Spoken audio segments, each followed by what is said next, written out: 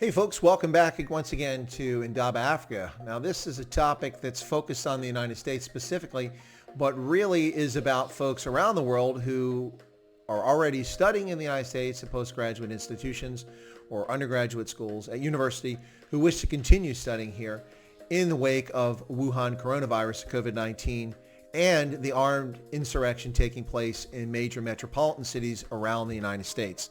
So with that in mind, let's talk about one of the less stellar concepts coming out of the Trump administration and the shameful behavior of universities and the media in the United States and around the world, which is putting a lot of international students in great distress, and in many cases needlessly so, but hardly surprising. In the latest Cheese with Your Wine fest, baseless attack on governance, the topic is student visa status. Now, Harvard University, in conjunction with Massachusetts Institute of Technology and now Northwestern University, have filed a lawsuit seeking a temporary restraining order and preliminary and permanent injunctive relief to bar the Department of Homeland Security and Immigration and Customs Enforcement from enforcing federal guidelines barring international students from attending colleges and universities offering only online courses from staying in the U.S. Now let's start with the first problem. And I'm going to read from a BBC article which interviews a number of international students in the United States. And never mind that these aren't even all British students. They're students from all over the world. Anyway, but I'm going to read from that, and we're going to hear some comments from some international students and how the BBC irresponsibly reports this story to frighten students, but also to damage the Trump administration and U.S. foreign policy and the U.S.'s image abroad. Not that the administration needs any help with this, because this is kind of a ham-fisted rollout on something that actually makes sense from a policy standpoint. So let's start with the first problem here. If you're living in the United States on a student visa, but not physically attending classes, in other words, doing distance education, then there's no reason for you to be here in the United States, period, full stop, end of discussion. I myself have conducted 2 postgraduate programs. Of the 3 postgraduate programs that I've been enrolled in, 2 of them I've done and earned degrees on 2 programs through distance education. One of which required me to come back here for a 2-week period on a couple occasions, but the other never required my presence in the United States. Yet I successfully completed them with honors in both cases. But I didn't have to be here. Why in the world would the United States government issue a residency visa to an international student, a foreign national from another country, to come study in America when they're not studying in America? They're just living in America. That is the bottom line here. Now, before we hear the inevitable, xenophobia, racism, stop, take a deep breath, and calm down. Right? Let's talk about this. So Harvard on their website released the following. They said that the order came down without notice. Its cruelty surpassed only by its recklessness. We believe that the ICE order is bad public policy, and we believe that it's illegal. Well, let's talk about that in 4 specific comments, and then I'll read input from international students here in the U.S. Number 1, we are in the middle of 2 public safety crises, or at least that's what we've been led to believe by the federal government, the Centers for Disease Control, the National Institutes for Health, the Chinese Communist Party, and its branch known as the World Health Organization. Governors and mayors from around this country have told us we're in the midst of a public health crisis. Oh, I'm sorry, except when people want to demonstrate or people desire to lead an armed insurrection or declare self-declared autonomous zones in an act of insurrection and sedition against the United States. Then it's okay. Then there's no problem. We don't have a public health crisis with COVID-19 when people loot, burn, murder, and attack innocent people around this country.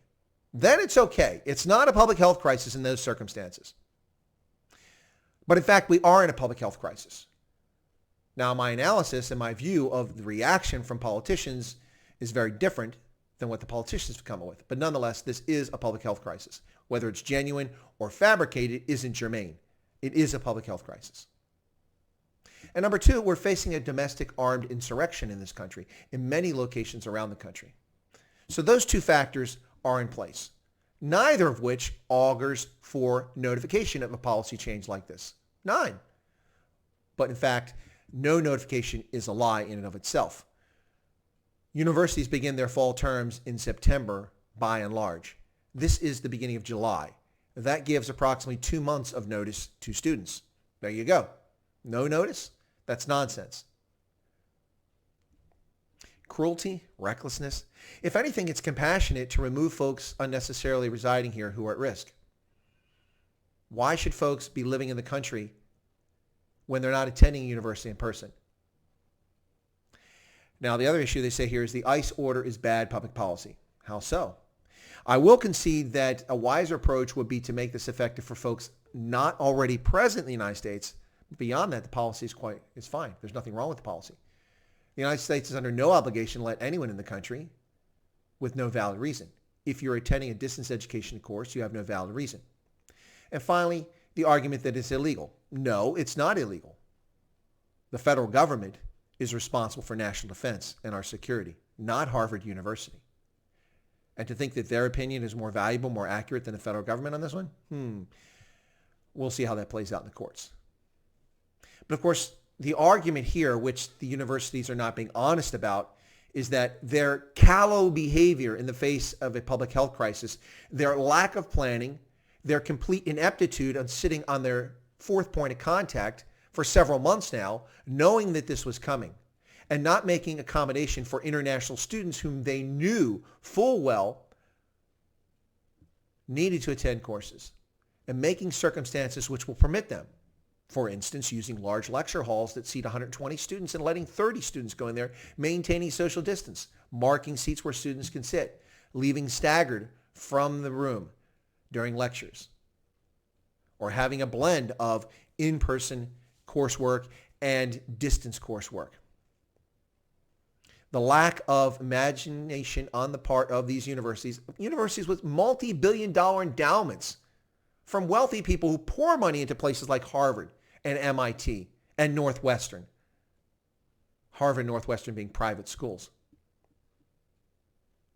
Yet these universities sat on their rear. No interest whatsoever in international students until the gravy train might be disrupted. The source of cash and money flowing into them might be in question now. And now they care about it. Now they pay attention. No, it's not illegal. No, it's not bad public policy. It's actually good public policy. Not allowing people to come to the United States, to live in the United States, to go to an airport, to travel there, to fly on a plane in constricted space, to land in America, another airport in constricted space, to go out to find a home, to find a landlord, to interact with people, and potentially catch a virus that's resident here in the United States, or potentially to bring the virus with them as they're asymptomatic. Why? If it's distance education, there's no need for that person to be here. None whatsoever. But it's not about that. It's about the gravy train for the universities, which are really for-profit machines.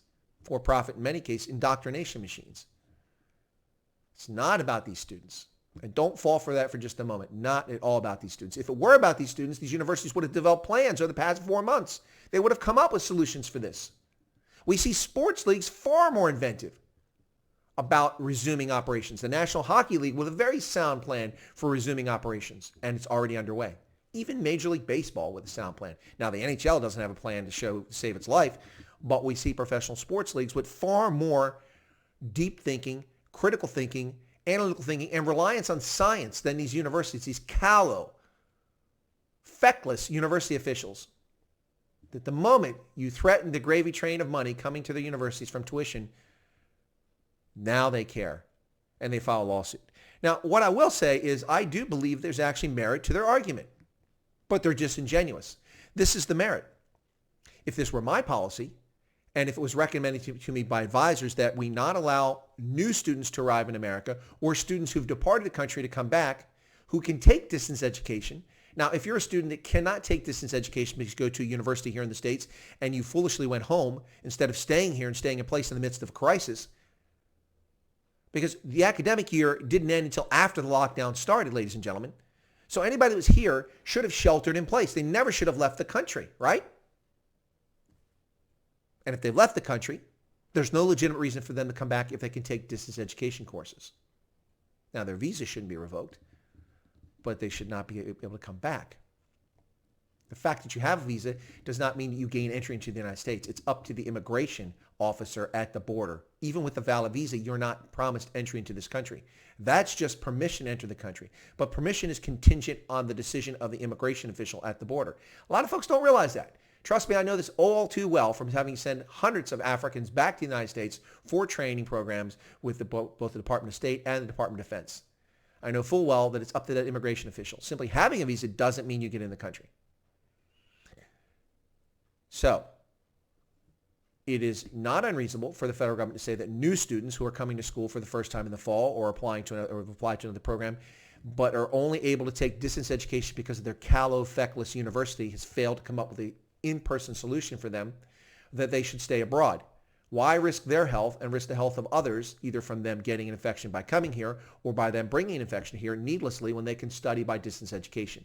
Now, if a person studying is from a country that has no internet or no reliable electricity, like many places in Africa, then it is incumbent on the university or college to make that feasible for them where they're at. That's why they get paid all this tuition money, not simply pay the ridiculously inflated salaries of educators or administrators, not necessarily of educators, certainly of administrators. So that's on the universities to solve. But I do agree that the way that this is rolled out creates a lot of confusion for people, and a lot of students are lost as to what's going on. And this is where I've beat up on the universities for their callow and feckless behavior. Let's talk about the media. So the media is reporting that the United States is banning international students from coming back here. You're seeing this in all sorts of media around the globe, and that's simply a false assertion. But from a BBC article here, the BBC says U.S. immigration authorities have now said that the international students whose courses move fully online this autumn could face having their visas revoked. That's true. Notice the conditional used in that sentence. Could, not would, could have it revoked. An advisory said unless students switch to courses with face-to-face tuition, they could be deported.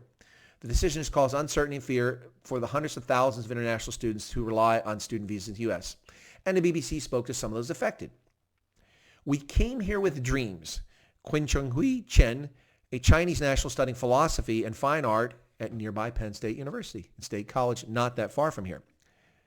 Our school will be moving into complete online mode after Thanksgiving, she explains. She is worried about the impact this change could have on her visa status. Well, that's a reasonable concern. I would really hope that ICE reconsider the policy. It's affecting every single international student here in America. We paid huge amounts of money and came here with dreams for those who cannot afford the plane tickets or whose home country has a closed border that may face deportation.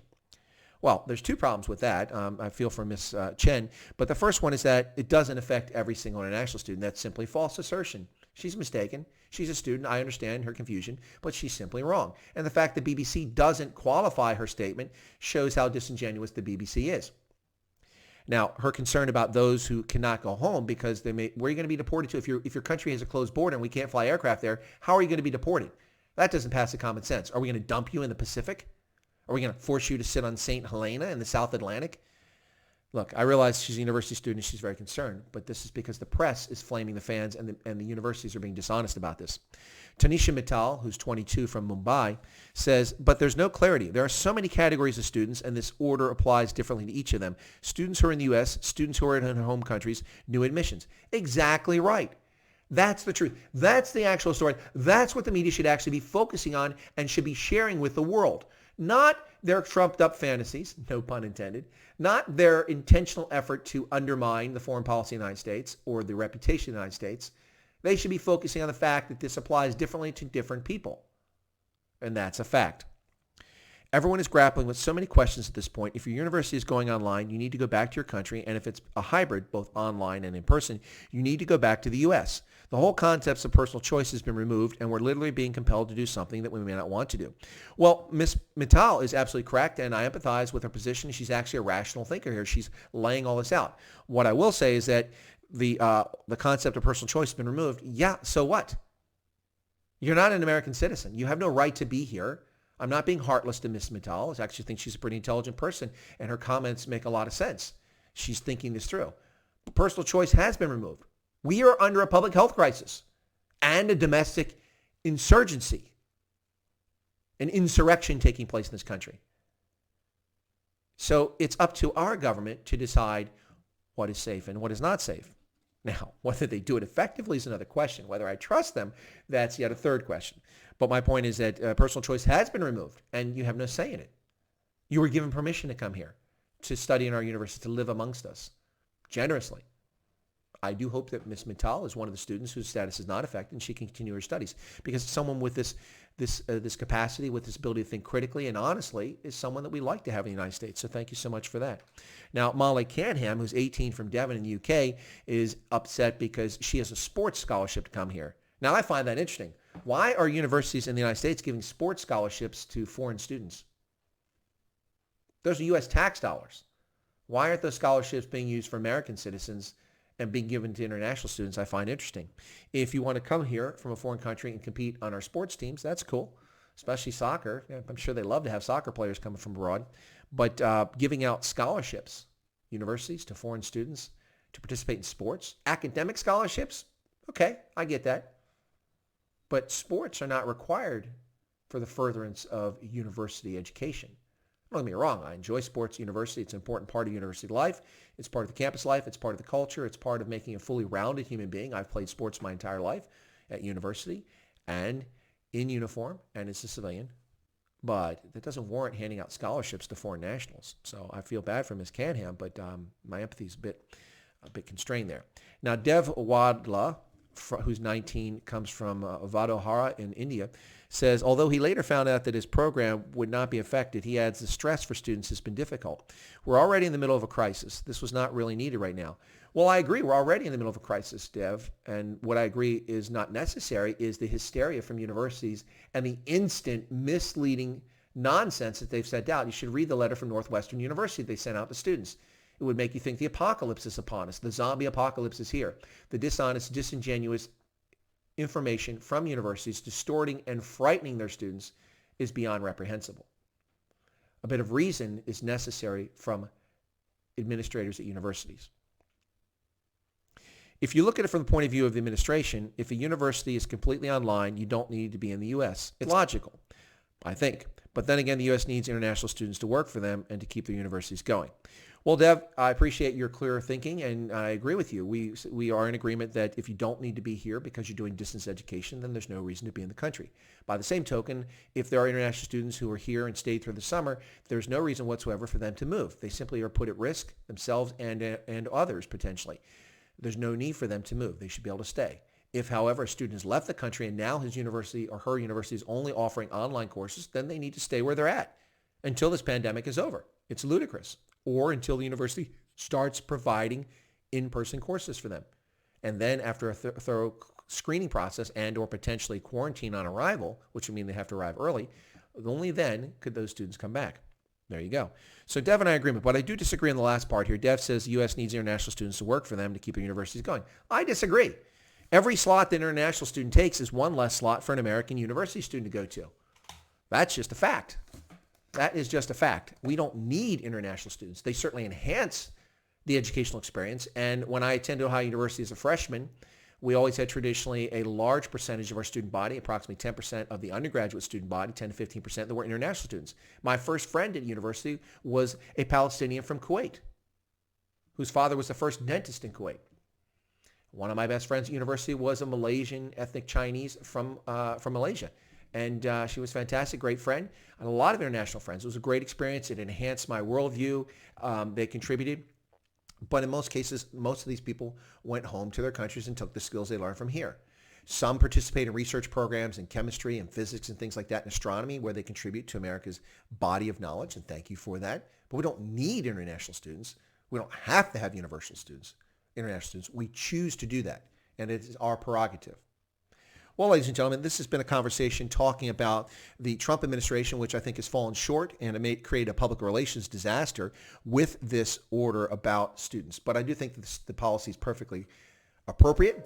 It just should have been done in a better fashion. It should have been explained clearer. So the Trump administration falls short of the mark. The universities fall woefully short of the mark in their piss-poor planning and execution to prepare for returning students to university campuses. They failed miserably, their student body and this country, and now they're failing public policy with their lawsuit against the Trump administration. And finally, the media, which always loves to fan the flames of confusion and hysteria. Whatever the topic may be, particularly in the days when Donald Trump is in office, but it doesn't really matter who's in office. They will fan the flames even with Barack Obama sitting in the White House, if it suits their needs and works for their clickbait. Don't fall for it. If you have a son or daughter who is enrolled in a U.S. university as an international student and has a visa, contact the U.S. government to find out, or go on its website and find out if this applies to your student or not. But more importantly, before then, you need to know what's happening at the university where your student is studying at. Is it all distance learning, or is it a hybrid, or is it in person? Only then can you make informed choices. And there was no notice. There's 2 months of notice. It's now July, and it's the season. And it was appropriate for the government to make this announcement now rather than wait until September. Ladies and gentlemen, if you've enjoyed this video, I ask you to consider becoming a subscriber to my channel by smashing that subscription button right down there.